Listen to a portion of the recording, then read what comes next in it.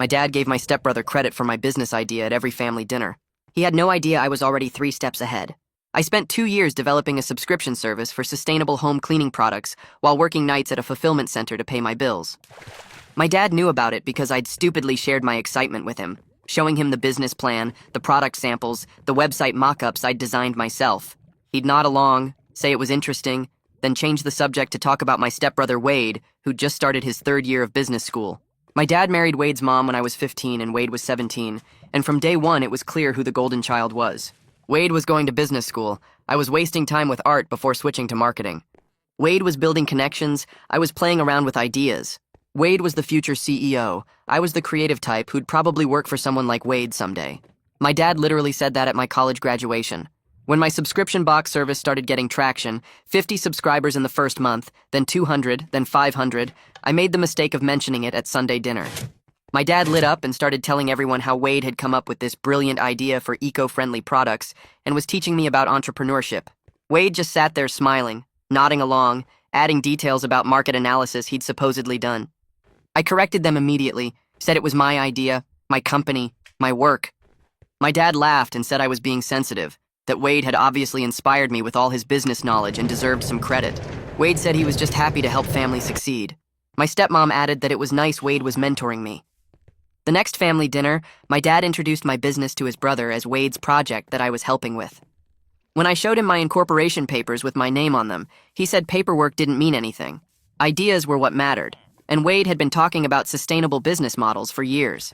Wade would jump in with random business terms, saying things about scalability and market penetration, making it sound like he was guiding everything. This went on for months. Every milestone I hit, my dad would announce it as Wade's achievement. When I got into a local accelerator program, my dad told everyone Wade had gotten his little project accepted. When I won a pitch competition, my dad said Wade's concept had won funding. When a regional magazine did a feature on my company, my dad bought 20 copies to show off Wade's success. Wade never corrected him, just accepted the congratulations with fake humility. I tried everything to get credit.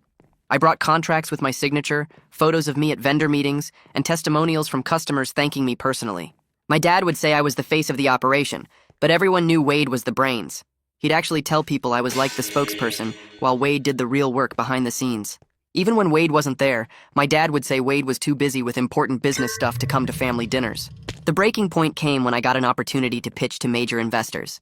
A venture capital firm had reached out after seeing my magazine feature and wanted to meet. I'd been preparing for weeks, refining my pitch deck, practicing my presentation.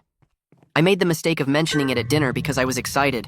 My dad immediately called Wade over and started coaching him on how to handle big investors, saying this was his chance to take the company to the next level. Wade started talking about how he'd need to review the numbers before the meeting. My stepmom said she was so proud of Wade for building something from nothing. I lost it and said Wade had nothing to do with my company. My dad got angry and said I was being ungrateful after everything Wade had taught me. He said without Wade's expertise, I'd just be another failed entrepreneur with a cute idea and no business sense. He actually forbade me from going to the investor meeting alone, saying I'd embarrass myself and ruin Wade's opportunity. That's when I realized he genuinely believed his own lies. The investor meeting was scheduled for the following Tuesday.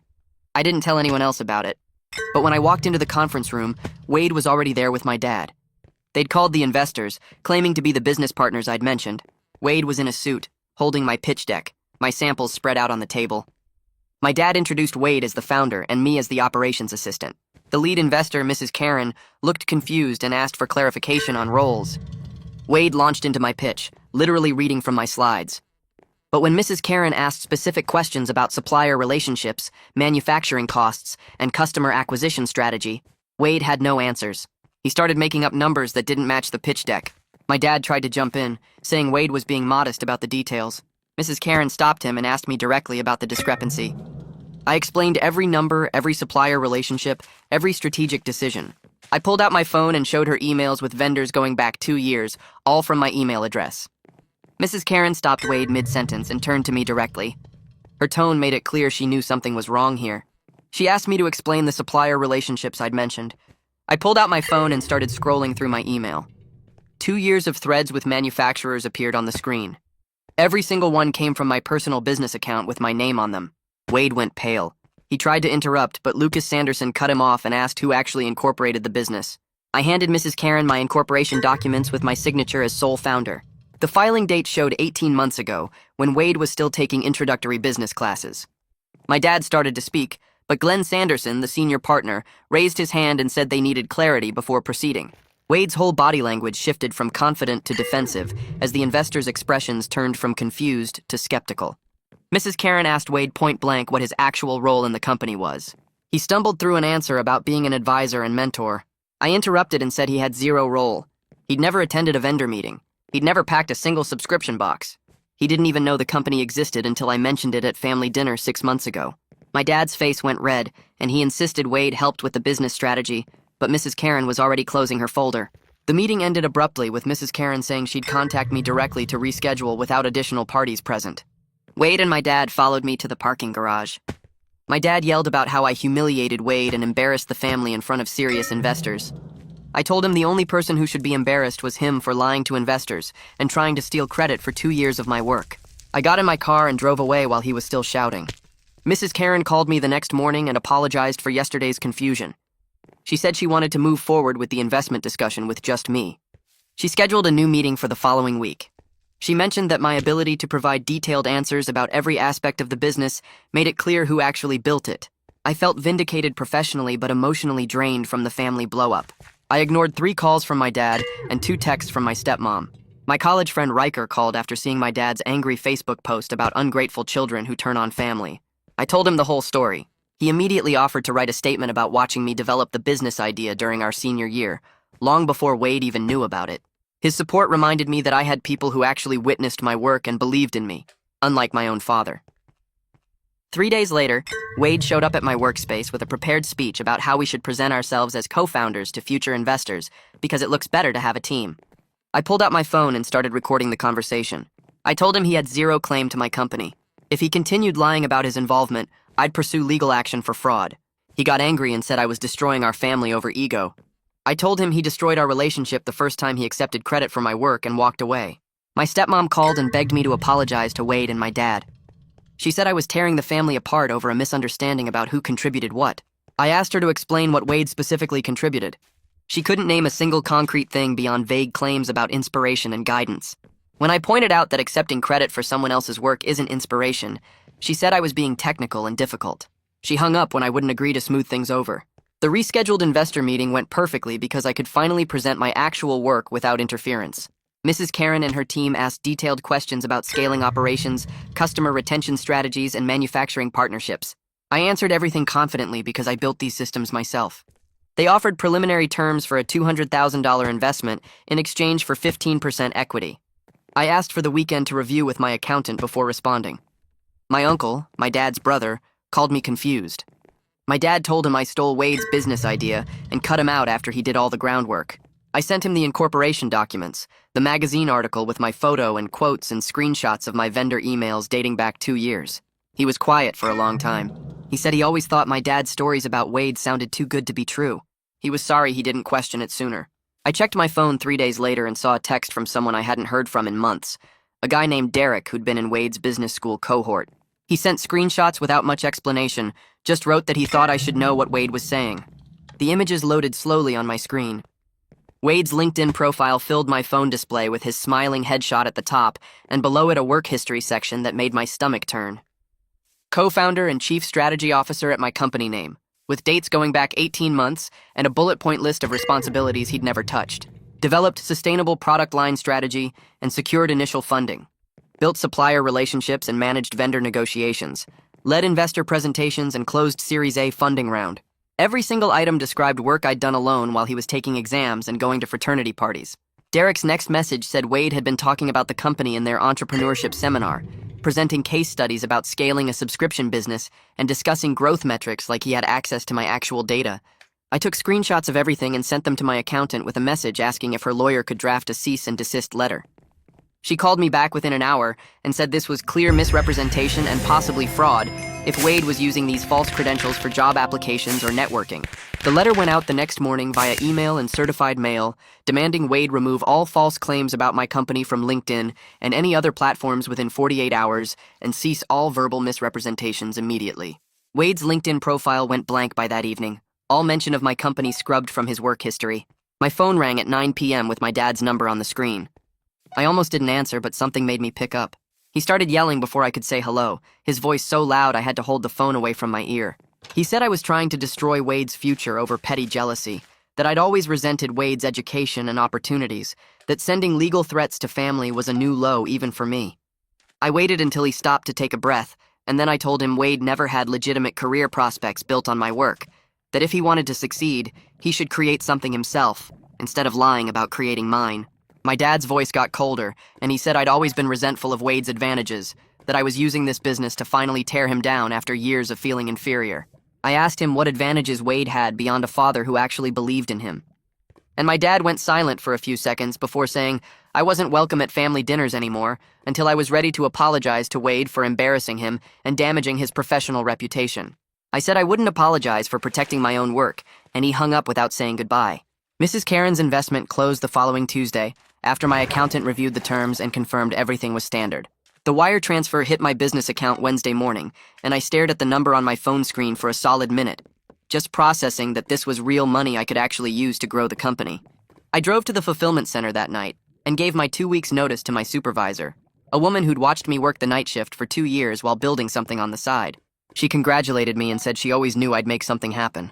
Walking out of that building for the last time 2 weeks later felt like shedding weight I'd been carrying. So long I forgot it was there. Megan Tate from the Accelerator program called to congratulate me after seeing the investment announcement. She mentioned almost casually that she'd been confused at the showcase event months ago when my dad kept talking about Wade's role in the company, but she knew from working directly with me during the program that I was the actual founder and sole operator. Her comment stuck with me for days afterward. I started thinking about how many other people had witnessed my dad's lies at various events and just stayed quiet because correcting someone's proud father felt awkward or inappropriate. The magazine journalist probably knew. The pitch competition judges probably figured it out. The Accelerator mentors definitely understood. All these people saw what was happening but didn't feel comfortable saying anything, so my dad just kept going with his false version of reality, unchallenged.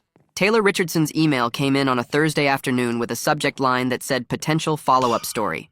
She wrote that someone claiming to be my business partner had reached out asking to be included in a follow-up article about the company's growth since her original feature. She wanted to clarify the ownership structure before proceeding with any additional coverage. I called her directly instead of emailing back and explained the whole situation with Wade and my dad, how Wade had zero involvement in building the business, but my family had been crediting him for months. Taylor listened without interrupting, and then said she'd make sure any future coverage clearly stated I was the sole founder. She added that this kind of credit theft happened more often than people thought, especially within families where dynamics got complicated and people made assumptions about who did what. She promised to note in her files that I was the only person authorized to speak about the company, and that any future interview requests should come through me alone. The investment money let me hire actual employees instead of doing everything myself. 3 weeks after the funding closed, I brought on 2 people to help with order fulfillment and customer service, a woman named Jessica who'd worked in logistics, and a guy named Marcus who had call center experience. Training them felt strange at first, because I'd been the only person touching every part of the business for so long. But watching them pack boxes and answer customer emails while I focused on supplier negotiations and product development made me realize how much I'd been limiting growth by insisting on controlling everything myself. I could pay them fair wages with benefits, something that mattered to me after 2 years of working nights for barely above minimum wage. The business was growing faster than my original projections suggested it would. We were adding 100 new subscribers every week, and I was making decisions about expanding into new product lines without needing to ask anyone's permission or justify my choices to family members who thought they knew better. My stepmom showed up at my workspace on a Tuesday morning without calling first. I was reviewing supplier contracts when I heard the door open and looked up to see her standing there in her work clothes looking uncomfortable. She asked if we could talk privately, and I gestured to the empty office space since my employees were out on delivery runs. She sat down across from my desk and spent a long time looking at her hands before she started talking. She admitted she'd known Wade wasn't actually involved in building the business, but she'd wanted to believe her son was successful and hadn't thought it mattered who got credit as long as the family benefited overall. I felt my jaw tighten and told her it mattered to me because I'd worked nights for 2 years while Wade partied through business school, and her enabling his lies had damaged our relationship in ways that might be permanent. She looked up at me with wet eyes and said she understood why I was angry. But couldn't I see this was tearing the family apart? She asked what it would take for me to forgive Wade and restore some kind of family peace. I thought about it for maybe 10 seconds, and then told her Wade needed to publicly acknowledge he had no role in creating or building my company, and apologize for accepting credit he didn't earn. She said immediately that was too much to ask, that it would humiliate him in front of his classmates and professional contacts. I told her then we had nothing more to discuss, because I wasn't interested in protecting Wade's reputation at the expense of my own truth. She stood up and her chair scraped against the floor loud enough to make me wince. She left crying, and I sat there feeling clear about my boundaries for the first time in years, even though watching her walk out hurt in a way I hadn't expected. Riker called me that weekend and said his girlfriend wanted to meet me. She worked in marketing for a mid-sized firm downtown, and he told her about the business growth. We met for coffee on Sunday afternoon at a place near my workspace. Her name was Amy, and she asked smart questions about brand positioning and customer acquisition strategy. It felt good to discuss my work with someone who saw my actual accomplishments instead of filtering everything through Wade's fake contributions. She offered to help with a rebrand at a friend rate, said she could do logo work and packaging design for about half her normal fee because she believed in the mission. I accepted, and we spent 2 hours talking through visual identity and target market messaging. Driving home, I realized I was building a real professional network based on actual relationships and mutual respect instead of family obligation. 4 months after the investor meeting confrontation, my company hit 2,000 subscribers. A national sustainability podcast reached out asking if I'd be interested in doing an interview about building an eco-friendly business from scratch. I agreed and spent an hour on the phone with the host talking about product development and working the night shift while growing the company. I told the true story without mentioning the family situation because that wasn't what the interview was about. My uncle texted me the next day after listening to the episode. He said he was proud of me and sorry my dad couldn't see what I'd actually accomplished. My dad's email arrived on a Wednesday evening with a subject line that just said we should talk. The message was long and I read it twice to make sure I understood what he was actually saying. He wrote that he'd been thinking about everything that happened and he realized he might have given Wade too much credit for the business development. But he still thought I'd overreacted by embarrassing them in front of investors and making Wade remove his LinkedIn profile. He suggested we all sit down together and figure out some kind of arrangement where Wade could have an official advisory role in the company so the family could move forward united. I read the email a third time looking for an actual apology for 2 years of crediting my work to someone else. It wasn't there. The whole message centered on protecting Wade and restoring family harmony rather than acknowledging what he'd done wrong. I closed my laptop without responding because there wasn't anything left to say to someone who still didn't understand why any of this mattered. I deleted my dad's email without responding and spent the next few weeks focused on scaling production to meet growing demand. One afternoon, while scrolling through social media during a break, I saw my stepmom's post about Wade starting a new job at a regional sales company. The photo showed him in business casual standing outside a corporate office building, looking exactly like every other recent graduate starting their first real position. The caption talked about how proud she was of his new career path and his dedication to building his future. No mention of entrepreneurship or founding anything, or my company that she'd spent months pretending he created. I felt relief more than anything else, knowing he was finally building his own work history instead of trying to claim mine. The comments were normal congratulations from family, friends, and relatives, the kind of generic support people give for standard job announcements. My uncle commented something supportive, and I noticed my dad had liked the post but hadn't added anything. Wade's LinkedIn profile now listed him as a sales associate with no reference to subscription services or sustainable products or any of the lies he'd told for months. He was starting over with his actual credentials, and while I didn't feel vindictive about his situation, I did feel like I could finally move forward without worrying about him stealing credit for my work. 6 months passed and I settled into a routine that kept my dad and stepmom at a comfortable distance while maintaining my relationship with my uncle's family. I'd drive over to my uncle's house every few weeks for dinner, and we'd talk about normal things without the tension that came with my dad's constant need to make everything about Wade. My dad started texting me occasionally about completely neutral topics like recent sports games or weather patterns or random news articles he'd seen. I'd respond with short, polite messages that didn't invite deeper conversation or give him openings to ask about business updates. He never got invited to company events or product launches or investor meetings anymore because I'd learned that sharing my success with him just meant watching him try to redirect credit somewhere else. The relationship wasn't what I'd wanted when I first started building the company, but it was honest in a way our previous dynamic never had been. I wasn't performing for his approval or trying to prove my worth to someone who'd already decided Wade was more impressive, regardless of actual accomplishments. My stepmom stopped calling after her attempt to negotiate some kind of official role for Wade, and I didn't reach out to restart contact because there wasn't anything left to discuss with someone who thought credit theft didn't matter as long as family benefited. The company hit a major milestone when 3 regional grocery chains agreed to carry our products in their cleaning supply sections. I spent 2 months negotiating terms and setting up distribution logistics with their purchasing departments, then hired an operations manager to handle the increased fulfillment demands and a marketing coordinator to manage the retail partnerships. We celebrated hitting 5,000 subscribers at a team dinner downtown, everyone crowded around a long table talking about growth projections and upcoming product launches. I gave a short speech thanking each person for their specific contributions to our success, naming actual work they'd done and crediting real effort instead of vague inspiration or borrowed expertise. The operations manager had streamlined our packing process, the marketing coordinator had designed our retail displays, the customer service rep had maintained our high satisfaction ratings through personal attention to every complaint. Later that night, Riker raised his glass and said he was proud to see me finally getting the recognition I'd earned after years of watching my dad give it away to someone who didn't deserve it. Sitting there with people who respected my actual work, I realized I didn't need my dad's validation anymore because I had concrete proof of my own capabilities in the form of paying customers and retail partnerships and a growing team. Looking back now from my office in the expanded workspace we moved into last month, I'm running a successful company with strong investors who believed in my vision, a solid team who contributes real value every day, and thousands of customers who love the products I spent 2 years developing while working nights to pay my bills. My relationship with my dad exists in a distant but drama-free state, since I stopped trying to make him see the truth about who built what. I've built a chosen family of friends and colleagues and business partners who respect my work and celebrate my actual achievements, instead of crediting them to someone more convenient. Wade is building his own career path in sales without pretending to be an entrepreneur. My stepmom has stopped calling to negotiate family peace. And I'm focused on growing the business I created, rather than fighting for credit I already earned through documented work and proven results. Sometimes family doesn't celebrate your success the way you hoped they would when you first started dreaming about building something meaningful. But that doesn't make the success any less real, or the accomplishments any less valid, or the satisfaction any less meaningful. When you look around at what you actually built with your own hands and your own vision and your own stubborn refusal to let someone else take what was yours,